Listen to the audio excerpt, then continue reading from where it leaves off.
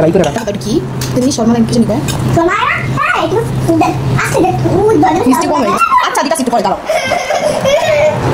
দাঁড়াও চলে এসে দেন মিষ্টি হতে দেখো না বেটা মিষ্টি আমি সবসময়ই নতুন কিছু ট্রাই করতে অনেক পছন্দ করি। তো প্রথমবারের মতো কি ট্রাই করলাম সেটা আজকে আপনাদের সাথে শেয়ার করব। চলেন দেখে আসি। হ্যালো ভিউয়ার্স, আসসালামু আলাইকুম, this is Shila and welcome to my page. নিয়ে এলাম পাউডার দুধ পরিমাণ মতো, তারপর দিয়ে দিচ্ছি হচ্ছে সুজি 2 চামচের মতো, তারপর দিয়ে দিব হচ্ছে ময়দা যেটা 2 চামচের মতো। তো এটা আমি জীবনের প্রথমবার ট্রাই করছি, জানি না কেমন হবে। অবশ্যই আপনাদের সাথে শেয়ার করা উচিত, কারণ আমি সব কিছু আপনাদের সাথে শেয়ার করি, এই জন্যই শেয়ার করলাম। দিয়ে দিলাম বেকিং পাউডার, এটা কিন্তু বেকিং সোডা না, বেকিং পাউডার। তারপরে সবগুলো শুকনো উপকরণ এভাবে মিক্সড করে নিলাম, খুবই সুন্দর করে মিক্সড করতে হবে। এই পর্যায়ে মিক্সড করা শেষ হয়ে গেলে আমি দিয়ে দিব পরিমাণ মতো তেল। হ্যাঁ, এটা হচ্ছে রান্নার তেল, সাদা তেল যেটা, সেটা দিয়ে দিলাম। তারপরে আবার মিক্সড করে নিতে হবে। আসলে মূলত মিষ্টি বানাতে এই মিক্স করাটা যত বেশি ভালো হবে না, মিষ্টি তত বেশি সফট হবে, এটাই হচ্ছে মূল। তো আমি যেহেতু ইউটিউব দেখে দেখে এই রান্নাটা শিখছি, তো আপনারা কে কোথা থেকে আজকের ভিডিওটা দেখছেন কমেন্ট করে জানাতে একেবারেই ভুলবেন না। আর কারা কারা ফার্স্ট টাইম মিষ্টি ট্রাই করার পরে সেটা ভালো হয়েছিল সেটাও কিন্তু কমেন্ট করতে আমাকে ভুলবেন না। আপনাদের এক একটা কমেন্ট পড়তে আমার কিন্তু অনেক ভালো লাগে। এদিকে কিন্তু আমি লিকুইড দুধ দিয়ে দিচ্ছি, সেটা নিশ্চয়ই ভিডিওতে আপনারা দেখতে পাচ্ছেন। পরে চামচ রেখে আমি কিন্তু হাত দিয়ে ভালো করে মিক্স করে এটাকে 10 মিনিট রেখে দিয়েছিলাম। তারপরে এটাকে আবার একটু মথে নিব। এই মথামতির কাজটা যত বেশি ভালো হবে, মিষ্টি তত বেশি সফট হবে আর ভেঙে যাবে না।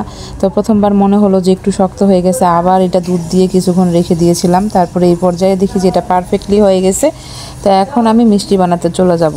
যেহেতু আমরা বেবি সুইট বানাবো, তো অনেকটা সময় লাগবে, আমার একা একা সম্ভব না। তাই আমি আর বোন দুজন মিলে যেরকম করে গোল গোল শেপে মিষ্টি বানিয়ে নিচ্ছিলাম ছোটো ছোটো করে, কারণ এগুলো ভাজার পরে কিন্তু আবার বড় হয়ে যাবে। তো এই পর্যায়ে হচ্ছে আমরা কড়াই নিয়ে নিলাম। তারপরে এইখানে পরিমাণ মতো তেল দিয়ে চুলাটা একেবারে লো ফ্লেমে রাখতে হবে। তারপরে মিষ্টিগুলো দিয়ে দিলাম।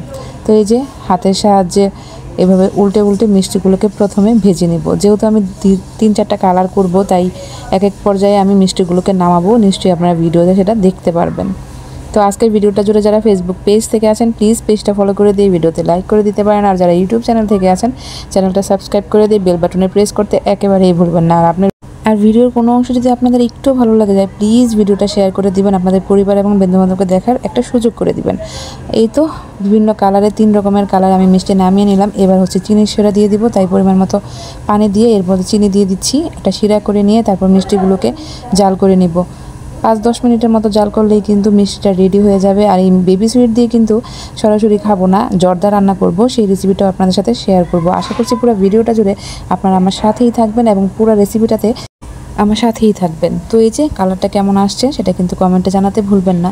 প্লিজ যারা ইউটিউব চ্যানেল থেকে আছেন, চ্যানেলটা সাবস্ক্রাইব করে দিবেন। আর যারা ফেসবুক পেজ থেকে আছেন, পেজটা ফলো করে দিয়ে ভিডিওতে লাইক করে দিবেন।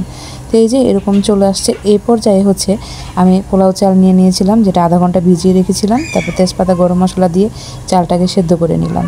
তো এটা হচ্ছে শুক্রবারে দুপুরবেলা, প্রায় দুপুর হয়ে গেছে, আমাদের কোনো প্রিপারেশনই ছিল না। হঠাৎ করে মনে হলো যে জর্দা রান্না করব। এদিকে নিয়ে নিয়েছিলাম হচ্ছে বাদাম, কিশমিশ, আখরোট। তারপরে ফুড কালার দিয়েছিলাম, যে ভিডিওটা স্কিপ হয়ে গেছে। তারপর বাদামগুলোকে ভেজে নিচ্ছিলাম আর পোলাওটাকে আমি ফুড কালারে সেদ্ধ করে নিয়েছি। এবার এটাকে ঘি দিয়ে ভেজে নিব।